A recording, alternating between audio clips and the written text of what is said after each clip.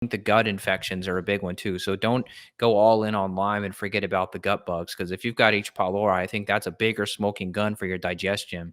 Lime could still wreck you and cause you to lose muscle. I know one of the girls that I used to work with, I saw her recently at a park, and she was so skinny, skeleton skinny, and she's had Lyme for like a decade. So I know it really affected her in that way. But I do think some of that is reversible if you work on the bugs and get your gut better. Yeah, and also people that have Lyme, it's very rarely just Lyme. It's like Lyme, but then they have like a ton of dysbiosis, really poor digestion. So it's usually people are already in this kind of not so great state, and then Lyme comes in there and is the straw that breaks the camel's back. And because it was the thing that pushed them over the finish line, they just look at Lyme as being the culprit for all of it. And therefore, if they Yeah. think it's all, then all they do is focus on that one thing because they think, oh, well, this is the root cause because this is what happened when everything went sideways. And they get myopically focused on just that.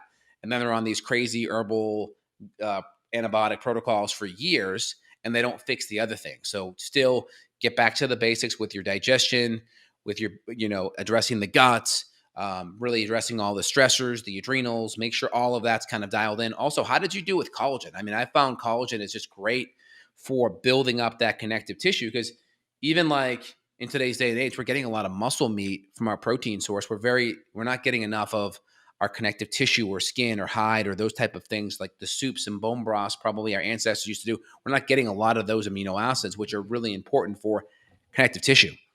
I do good with it. I do it every day. I do a collagen Good. protein every day. So it helps, man. I don't have any elbow problems anymore. My knees are better. So I like my joints are like so much better. I'd say my skin is probably better. Hopefully that's helping with the muscle too.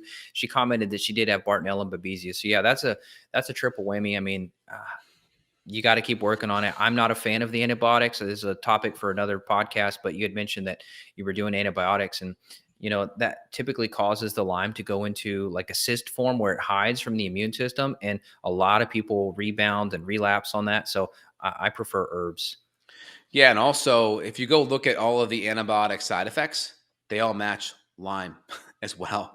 Oh my And God, I so know. and so it's like joint pain, fever, malaise. And so there's like you see a lot of these conventional, or I should say more natural minded medical doctors like, oh, that's just herximing. That's it's like, but it's like you literally are giving something that has the same side effects of the disease you're trying to treat. And so that's why we tend to like herbal treatments that are more gentle and we're trying not to herx and we're trying to kind of choose a low dose of herbs that are going to allow us to support the immune system, still have an antimicrobial benefit. We're still providing a lot of antioxidants and nutrients in the herbs, which is the benefit of the herbs.